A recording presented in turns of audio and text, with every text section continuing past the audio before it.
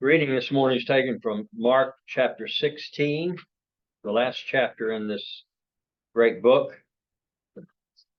Mark chapter 16. I'll be reading from the NET translation.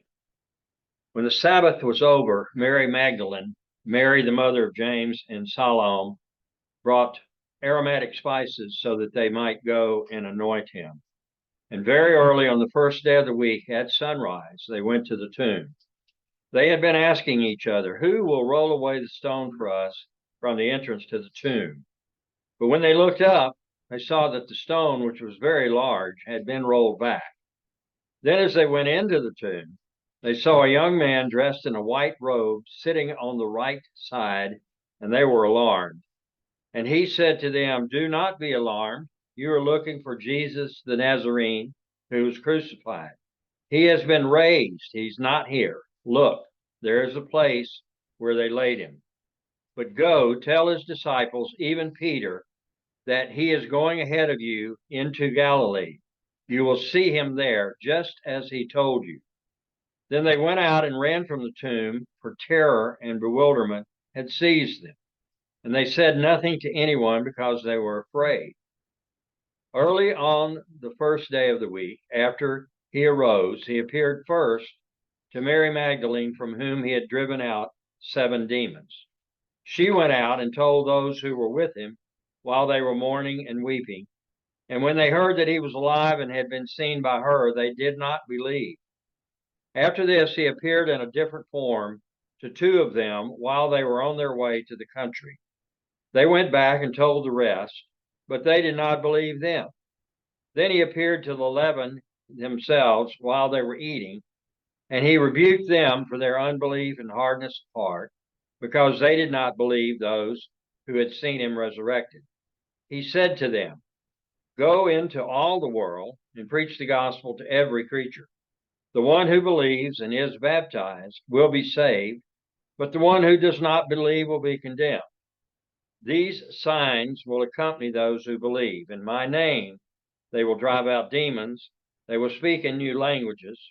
They will pick up snakes with their hands, and whatever poison they drink will not harm them. They will place their hands on the sick, and they will be well."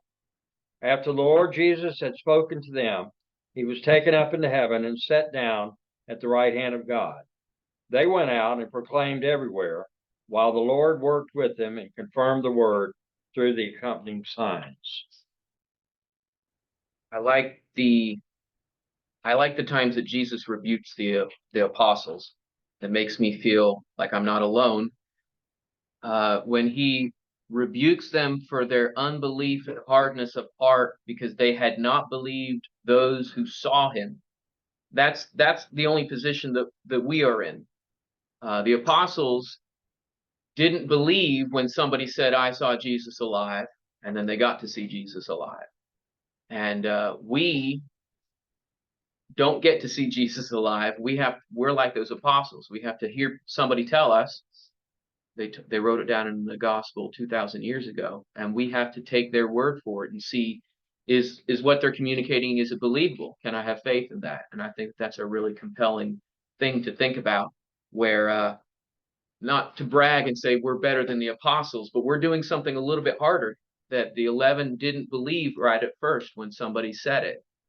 We have the whole scriptures and they didn't at that time, but that's what we're called to do, to believe based on what people have said. I think that's a neat way to connect ourselves with the scriptures.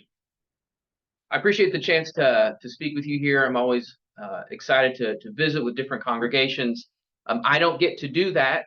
I work on Sundays, so I'm always telling somebody, "Hey, invite me out for a gospel meeting or whatever." That's about the only way I can visit with people on Sundays and get to know different congregations. And so I'm always enjoying the opportunity to come out and visit with people. So I appreciate the invitation that Joe extended to me. I want to talk today about the idea of debt and how just that whole concept of debt communicates the ideas or the problems or the severity of sin and our situation. I'm borrowing some of these ideas from actually a Lord's Supper talk that I heard a few weeks ago, several weeks ago, by Brother Shane Scott. He just had few remarks that really struck me. And I wanted to talk about debt as an idea that communicates the nature of man and who and what we are. There's two statements that Jesus has, or it's recorded two different times in Matthew 6 and then one in Luke 11. When Jesus is giving that prayer, a model prayer, or some call the Lord's Prayer, he had the line in chapter 6, verse 12 of Matthew, and forgive us our debts as we also have forgiven our debtors. And when you think about that, that's a terribly dangerous vow to ask and pray of the Lord. Dear God, forgive me just the way I forgive everyone indebted to me. And I'm not particularly good at forgiveness, I have found, and God is way better at forgiveness than I. And I always found the wording of that prayer, forgive us our debts as we have also forgiven our debtors, is an intimidating wording. And I want God to do a better job than I, and that drives me to do a better job myself. But when we read Matthew 6:12, forgive us our debts, no one, and you don't have to be very spiritually minded, no one thinks the $5 debt that I owe brother so-and-so. No one thinks about our home mortgage when we read, forgive us our debts. No one thinks that. We all immediately jump to the spiritual connection there. Luke's recording in Luke 11:4 is more explicit. Forgive us our sins, for we freely forgive everyone who is indebted to us. The way Luke records that prayer, or it's very possibly, I think it's a different way that Jesus said it, he doesn't begin with just the general concept of debt and connects it to forgiveness of sin, but he says, forgive us, Lord, our sin, because we are freely forgiving others. And we're not necessarily forgiving sins in others, although we might be forgiving slights or we might be forgiving wrongs. But it's an interesting idea. Jesus talks about debt a few times, not a whole lot in the Bible, but it shows up a few times. And debt, then as it is now, it's a symbol for the great problem of sin. It demonstrates the severity of the situation that we are in, the depth of the problem. Debt is all about things like that which is due. It talks about an owing or an obligation. No one wants to be obligated to anybody. We don't like that. I don't want to be under anyone's thumb. If I do this, I'm doing it out of my own goodwill. I don't want to have to owe a favor back to you, or you owe a favor back to me. It's not always evil, but it has a stigma with it at times. It feels like when we're in debt that we are behind. If somebody saves your life, this shows up in the movies a lot of times. Somebody's life is saved, and then they complain, "Oh, now I owe you my life, and now I'm indebted to you." And that's just the nature of it. Debt isn't a pleasant place to be in, although it's the natural state that we find ourselves in so much of the time. Even in a world where our economy runs completely on debt and interest, and people are, hundreds of thousands of dollars in debt if we're going to try to own a home, and we don't bat an eye on that concept, and that's okay. Debt is still a scary thing, or it's still a weight, or it's still has a stigma to it.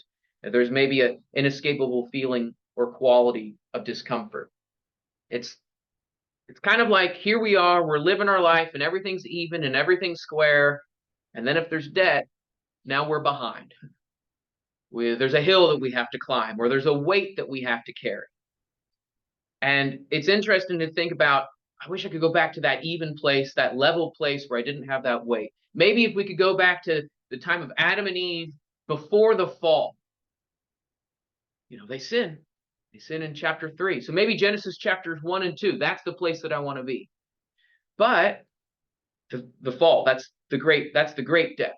That's really the real debt that I'm thinking about. But what did Adam and Eve, did they owe anything to God before they sinned? They owed him breath. They owed him paradise. They owed him for the companionship that they were made to be together. Even Adam lived that process out. He named the animals to recognize that he had a need, and then Eve was given to him. He didn't make Eve, even though it came from his own rib. There is this, man has dominion over the animals and over the plants. We are made in the likeness of God. That's a gift. We owe all these things to God. And I don't think that God is a grouchy or ugly lender where he says, I expect you to pay me back for every breath that you've received. But we need to understand that we are indebted to God, not under the weight but we are indebted to God. There's a great few verses. If you want to turn to Psalm 139, Psalm 139 expresses some of these ideas, I think, really well. This debt communicates our nature. A lot of people talk about sin nature. I'm not talking about sin nature, but rather being created by God and being created to be better than all the other animals and all the other plants that God did create. We're made in his image. There is this debt that we owe to God, at least in our minds. If you look at Psalm 139, starting in verse 13, for you formed my inward parts, you knitted me together in my mother's womb. I praise you, for I am fearfully and wonderfully made. Wonderful are your works. My soul knows it very well. My frame was not hidden from you when I was being made in secret, intricately woven in the depths of the earth. Your eyes saw my unformed substance. In your book were written every one of them, the days that were formed for me, when as yet there was none of them. David is poetically describing the fact that God knows every atom and every cell in our body. He knows all the cells that did live in our body and all the cells that will be living in our body as they change out and our body is refreshed every year. God knew that. At the beginning of the psalm, when he's talking about how God knows him in verses 1, he ends in verse 6 by saying, such knowledge is too wonderful for me. It is high, I cannot attain it. I think that this is a very beautiful expression of the fact that we are indebted to God in every single way. I don't think that we have to be sad and walk around with this terrible obligation. Oh my goodness, I owe God for breath and for life. But there is this way that David then praises God for that. It's wonderful that God can know us so well. And so there's this excitement. Paul mentions in Acts 17:28 when he's talking to the Athenians who do not know Jehovah and they do not know Jesus, and he quotes them in their own language and poet, in him we live and move and have our being. This is what even the world can acknowledge. And Colossians 1:17 talking about Jesus, he is before all things, and in him all things hold together. We need to thank God that the atoms that make up the molecules of our body are still working, because he's holding the things together. And so there's this great debt that we owe to God in that sense. And then we sin. And that makes it all the worse, or all the more intimidating, or all the more fearful. And it's a little bit like when the sun shines out and it bakes the clay hard or it melts the butter. How are we going to react now that we know that we have sin? Are we going to get angry, or are we going to seek God all the more? And that's what we need to be thinking about. Now, there's two parables that I want to look at from Jesus. The first is in Matthew 18. The next is going to be in Luke 7. But we're going to look at Matthew 18 and talk about the parable of the unmerciful servant. In it, debt is the main idea that is being expressed. I'm going to go ahead and read the whole parable. We know the parables. We need to reread the parables over and over again. This grows out of the fabulous moment when Peter comes up to Jesus and says, how many times do I need to forgive my brother? And Jesus says, you don't even know the half of it. I do not say to you 7 times, but 77 times. And then he tells this parable. Therefore, the kingdom of heaven may be compared to a king who wished to settle accounts with his servants. And when he began to settle, one was brought to him who owed him 10,000 talents. And since he could not pay, his master ordered him to be sold with his wife and children and all that he had, and payment to be made. So the servant fell on his knees, imploring him, have patience with me, and I will pay you everything. And out of pity for him, the master of that servant released him and forgave him the debt. But when that same servant went out, he found one of his fellow servants who owed him 100 denarii. And seizing him, he began to choke him, saying, pay what you owe. So his fellow servant fell down and pleaded with him, have patience with me, and I will pay you. And he refused, and went and put him in prison until he should pay the debt. When his fellow servants saw what had taken place, they were greatly distressed, and they went and reported to their master all that had taken place. And the master summoned him and said to him, you wicked servant, I forgave you all that debt because you pleaded with me. And should not you have had mercy on your fellow servant as I had mercy on you? And in anger his master delivered him to the jailers until he should pay all his debt. so also my heavenly Father will do to every one of you if you do not forgive your brother from your heart. I love this parable. It's really powerful and speaks to a lot about this condition and this situation. There's the 10,000. It's not the talents. I just went blank. There's the 10,000 and then the 100. The 10,000 talents and then the 100 denarii. That's not the same denomination. One thing that I've heard, and I haven't been able to look it up, but the phrase 10,000 is kind of used for the ultimate big number. So it's not just a literal count, but it's like saying a million. Well, nowadays when we say $1 million, there's people that are actually dealing with $1 million, and so it might mean more like he owed $1 gazillion. It's like this ultimate large quantity of money, and so it isn't let's find the ratio between the talents and the denarii. The point is, this man owed what was conceptually impossible to pay back. And it was most likely literally impossible to pay back. And that's the point. The man could not pay back anything. Rather, he could pay back some, but it wouldn't have made a difference. And the other person owed him $100 or maybe $1,000. I don't know which denomination you want to throw in there. It was an actual amount. It was more than his share in the dinner the other day. It was a real amount of money, and he doesn't forgive that. I've always been impressed with the fellow servants who come in and see this in 31. It isn't just this one man who is bad. There's a chance for many to have been bad. They could have seen this injustice and let it go. But they saw the injustice and they went and reported this injustice. In a society today, we don't like tattletales. We need to get away from that and think these are people who are seeing an injustice done and they need to make that right. What does this parable reveal on the concept of debt? Number one, it reveals the impossibility of the debt. We are unable to pay. Every song we sing to God, if it's worth $1, matters nothing if we owe God $1 gazillion. I sang 100 songs today, and I'm glad because I needed to praise God today. Good job. But it kind of doesn't make a difference. I prayed to God 100 times today, and I'm glad because God should have prayers, but in the big scheme of things, those 100 prayers don't make a difference. I can't pay it back. I'm going to sing, and I'm going to pray, and I'm going to praise God all the same. But I need to recognize that it's foolish or proud to think that I could pay back. That's what that man should have realized. I think he did realize I can't ever pay this. But the other problem is this lifelong impression of our debt needs to stay with us.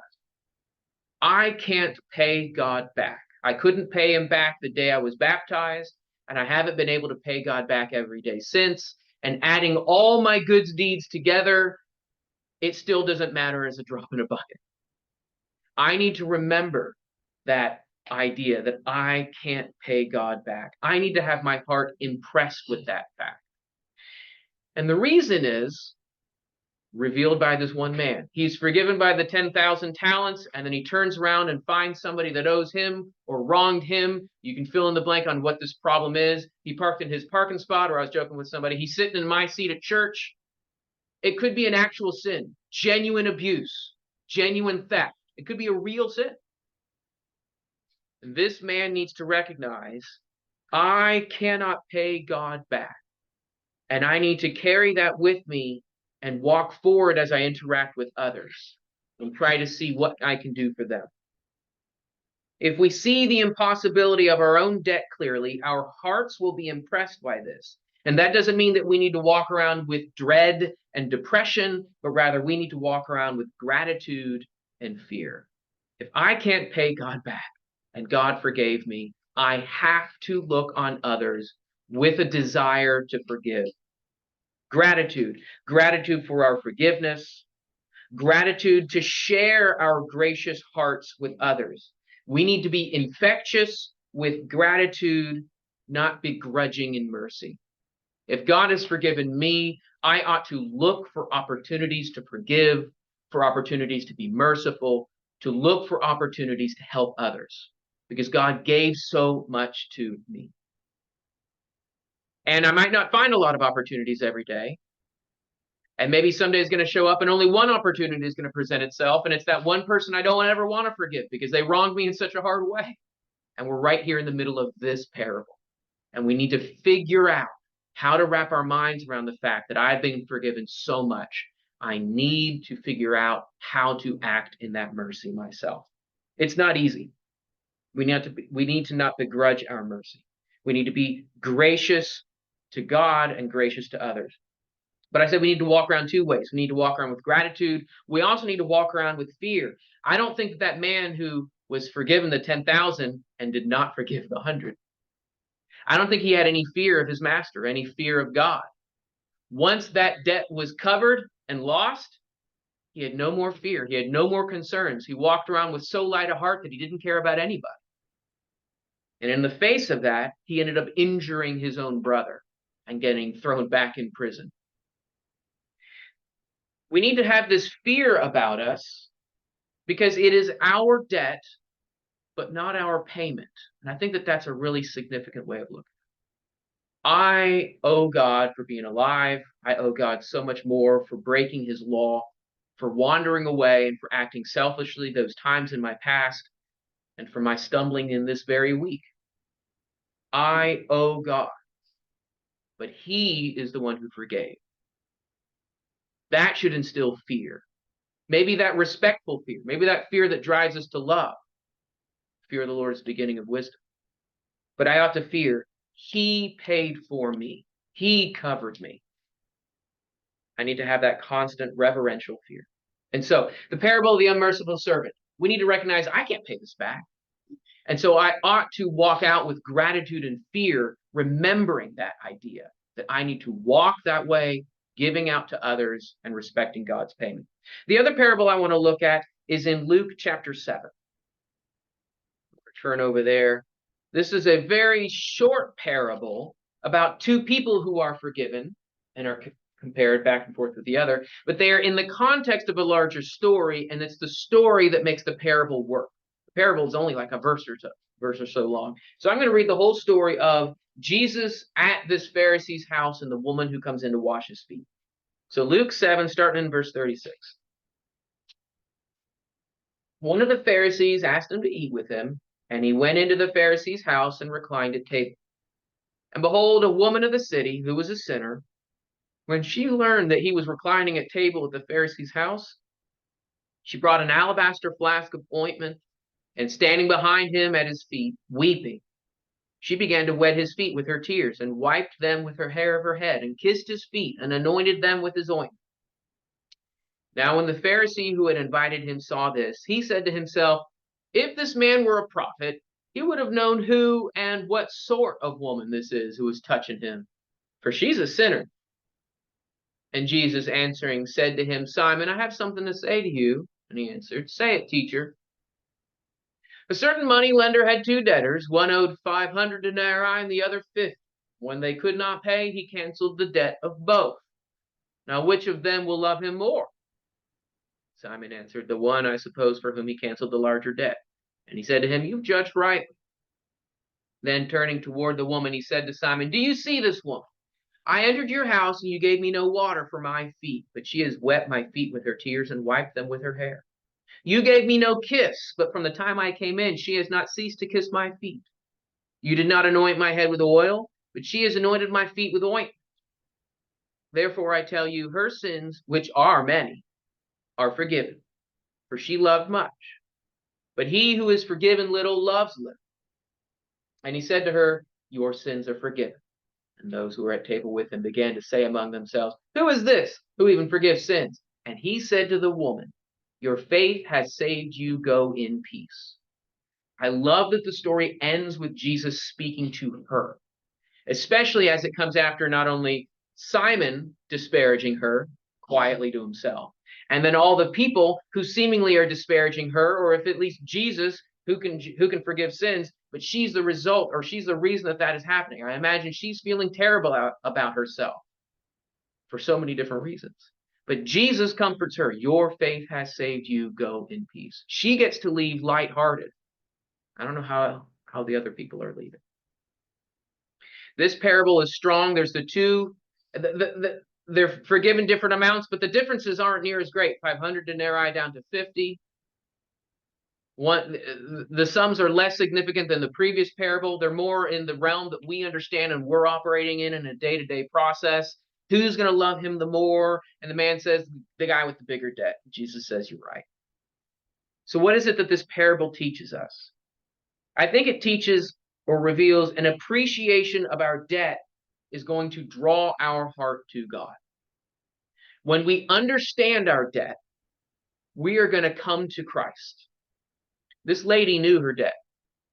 And everybody knew her debt. Apparently, she looked like she owed God for sin. The woman could come in, and Simon could say, Jesus should be able to tell what kind of woman she is. She's a sinner. So she knew her debt, and everybody knew her debt. People who know their own debt and know that other people can see it in them, how does it feel to then walk into that room where everyone knows who and what you are? You know you're out of place. If a woman like this, I think we're all loving, wonderful, welcoming people. Don't get me wrong. But if she came in here, there's that initial moment where we would all think, who is this? What's going on? And I'm pretty sure we'd all very quickly flip the switch to be welcoming and loving. But how would she feel walking into an assembly, not knowing the reaction? Or at the very least, how would she feel walking into a room where everyone is dressed up for church and she is dressed down in life? The embarrassment, the shame, the weight that she was carrying with her. It's important to realize just how embarrassed and ugly and awful she probably felt. The thought of crying in front of somebody is enough to make us feel ashamed. Crying onto somebody's feet and weeping in that way. Sure, anointing his feet with oil, but using her hair. This is a low position that she has put herself in. Her debt revealed to her heart where she was. And our debt will do that to us too, if we let it. And the reason I say if we let it, because there's a chance that the other man, Simon, had no clue what was going on. He could see, here's a sinner. That's the only thing he could see in the room. The parable is going to reveal that we can understand our debt, and that's going to pull us to God or urge us to go to God. The parable also reveals that we may not understand our own debt. We need to take the time to have some meditation and introspection on our own debt. The reason the lady was able to come humbly to Jesus is because she recognized and knew she was a sinner. The reason that Simon doesn't is because Simon doesn't. And that's what Jesus says. This woman, and you start comparing what she has done with what Simon has done, starting in 44. Simon didn't wash his feet, but she has gone through the task of doing that herself. Simon gave him no kiss as a welcome, but she has gone overboard in kissing his feet. Not just a welcome, but an homage that's embarrassing.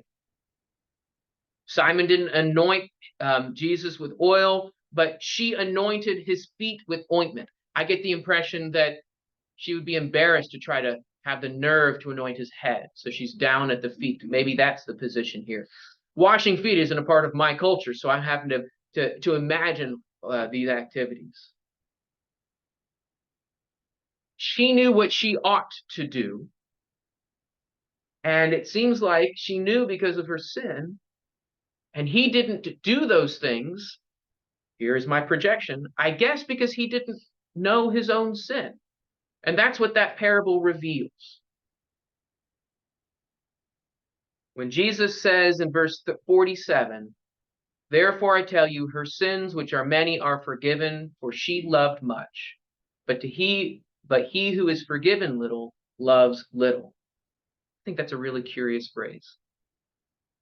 If you are a literal-minded person and you read the line, but he who is forgiven little loves little, oh, but I really want to love God a lot. If I've only been forgiven a little bit, how am I going to love God very much? We shouldn't be so literal-minded. Why have I been forgiven little if I'm so afraid? Am I forgiven little because I've done only a little amount of sin? Or is it I've been forgiven little because I've only asked for a few of my sins, or I've only admitted a few of my sins, or I've only cared a very little amount for my sins? We all understand the difference in some sins are loud and some are ugly and some are out there in the front. So it's really good to avoid those sins. But then it's easy for us to fall into the personal sins, the selfish, the words that aren't right, the things that we struggle with on our own. It used to be when I was a little kid, just don't go to those kind of gas stations and you won't have to see those kind of dirty pictures. And now it gets shoved into our phones, whether we like it or not, it seems, right? And all that sin can sneak in. We got to wake up to the fact that we're not as clean and as wonderful as that Pharisee. We're all like that woman down on the floor. But at least she acknowledged her sin, which makes me think that maybe being the Pharisee who had not very many sins, which he probably had just as many, let's face it, is the stickier proposition. Guilt and shame, as bad as they are wonderful things. Guilt and shame are measures so that we can comprehend our compounding debt. It's not the thermometer's fault that it's cold out. It's not the thermometer's fault that it's hot out. The thermometer helps us recognize how we feel. Okay, I feel hot, and I look at the thermometer and it says, yeah, it's pretty hot out. And that's one way that we should regard our guilt and our shame over our debt. I feel guilty. Well, good. Let that motivate you to do something about it. I feel ashamed for my sin. Good. I ought to feel ashamed. God has given me a conscience. God has put his imprint on me. And when I break from that imprint and break his law, I ought to feel broken and messed up or discombobulated or ashamed or hurtful. That's right. Now, I'm not happy if you're miserable. Of course, that's not my point.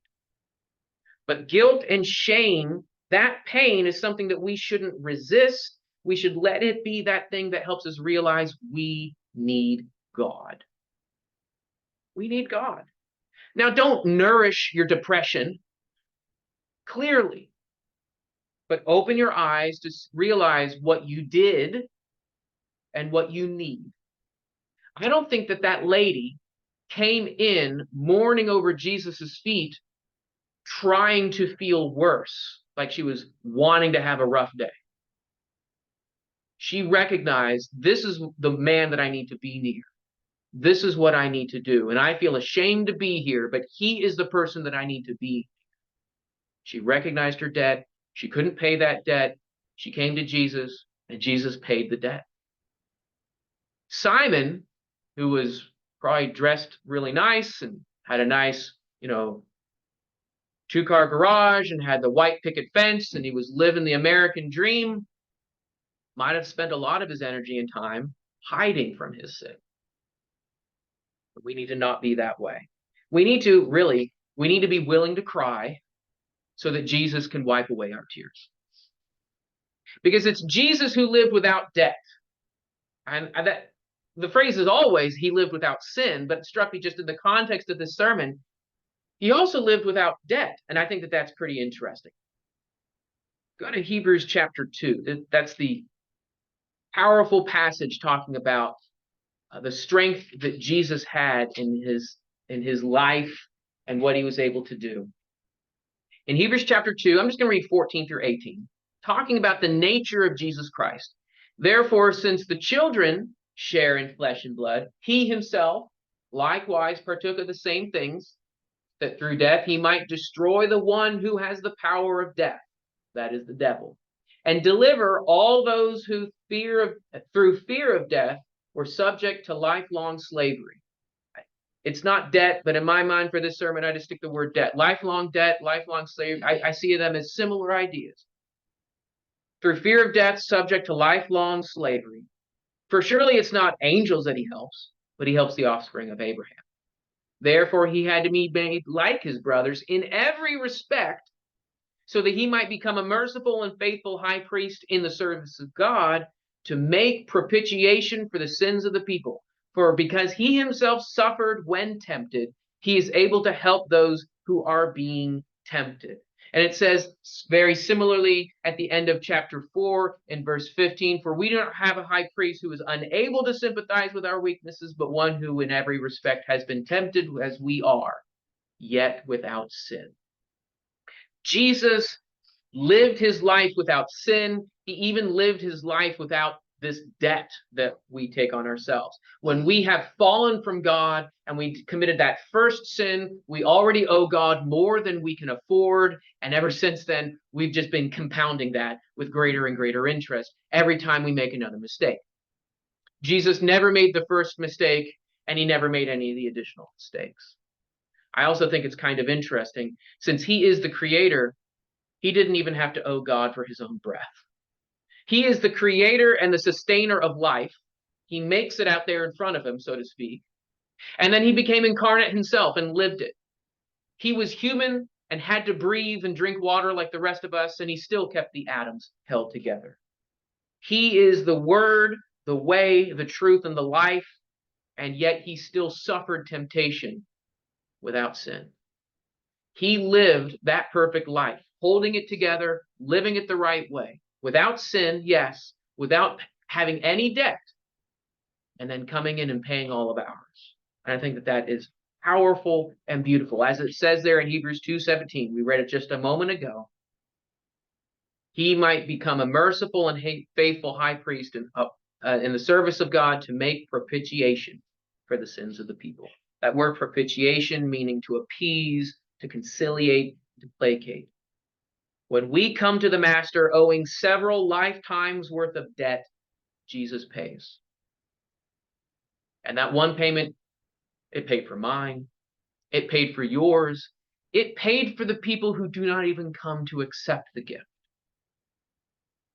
That's how perfect and how powerful his gift is. We come to Jesus owing everything, and he covers it all. In 1 Peter chapter 1, just a few pages later, Peter tries to say in a few words the wealth and the value of this debt. He's telling us to prepare ourselves for sober-minded and for action there in chapter 1. He wants us to be obedient children. He wants us to be holy as God is holy. And he says there in chapter 1, verse 17 of 1 Peter, and if you call on him as Father, who judges impartially according to each one's deeds, conduct yourselves with fear throughout the time of your exile, knowing that you were ransomed from your futile ways inherited from your forefathers, not with perishable things such as silver and gold, but with the precious blood of Christ, like that of a lamb without blemish or spot. He was foreknown before the foundation of the world, but was made manifest in the last times for the sake of you, who through him are believers in God, who raised him from the dead and gave him glory, so that your faith and hope are in God. He continues in verse 23, not of perishable seed, but imperishable. All this grass is going to wither and die, but we get to be of something that is imperishable. We need to conduct our lives and our ways with fear, as Peter says in verse 17. We need to recognize our debt. We need to remember that debt, knowing that it's paid. We can live lighthearted, but we need to recognize and appreciate that debt. Carry that fear with us and understanding how much he paid.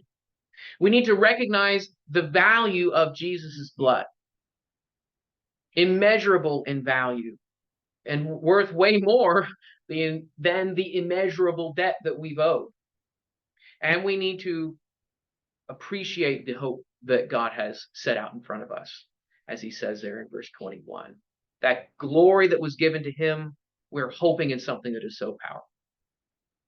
I want to close by reading Psalm 49. I like to have a passage to wrap up a lesson. And I try to make them psalms, although sometimes I'll say something like, I'm going to read Psalm 2 Timothy. But after I've done enough psalms, people kind of recognize that. Psalm 49 is a bit of a wisdom psalm. There's an introduction to it. The first 4 verses sounds like the way things begin in the Proverbs. And it's going to talk about ransom and cost. It's going to be talking about the people who are lost and can't pay no matter how rich they are. And I think it adds a lot to the understanding of the debt that we owe. Psalm 49. Hear this, all peoples. Give ear, all inhabitants of the world, both low and high, rich and poor together. My mouth shall speak wisdom. The meditation of my heart shall be understanding. I'll incline mine ear to a proverb. I will solve my riddle to the music of the lyre. Why should I fear in the times of trouble, when the iniquity of those who cheat me surrounds me, those who trust in their wealth and boast in the abundance of their riches? Truly no man can ransom another or give to God the price of his life, for the ransom of their life is costly and can never suffice, that he should live on forever and never see the pit. For he sees that even the wise die, the fool and the stupid alike must perish and leave their wealth to others. Their graves are their homes forever, their dwelling places to all generations, though they called lands by their own names. Man in his pomp will not remain. He is like the beasts that perish. This is the path of those who have foolish confidence. Yet after them people approve of their boasts. Like sheep they are appointed for Sheol. Death shall be their shepherd, and the upright shall rule over them in the morning. Their form shall be consumed in Sheol with no place to dwell. But God will ransom my soul from the power of Sheol, for he will receive me. Be not afraid when a man becomes rich, or when the glory of his house increases. For when he dies, he'll carry nothing away. His glory will not go down after him. For though while he lives, he counts himself blessed, and though you get praise when you do well for yourself, his soul will go to the generation of his fathers who will never again see light. Man in his pomp, yet without understanding, is like the beasts that perish. The point of this psalm is not hope. You kind of get that sense. It ends there without any hope. Right there in the middle, towards the end, verse 15. That's the key. This is not about us. This psalm is not supposed to be about us. This psalm ought to be our reflection on them, on the world, on those who are trying to do everything they can to live forever. Or if they know they're going to die, to leave the monument that will live forever, or have something in their name, or have something that will last, some memorable word, some memorable idea or activity. And the reality is, no one remembers anybody. We all kind of know Alexander the Great. We all know King Tut. He was a lesser guy. We only know him because we found some of his loot, kind of on accident. No one remembers anybody. I might remember one of my great-great-grandfather's names, but I'm not 100% sure I got the name right. That's not that long ago.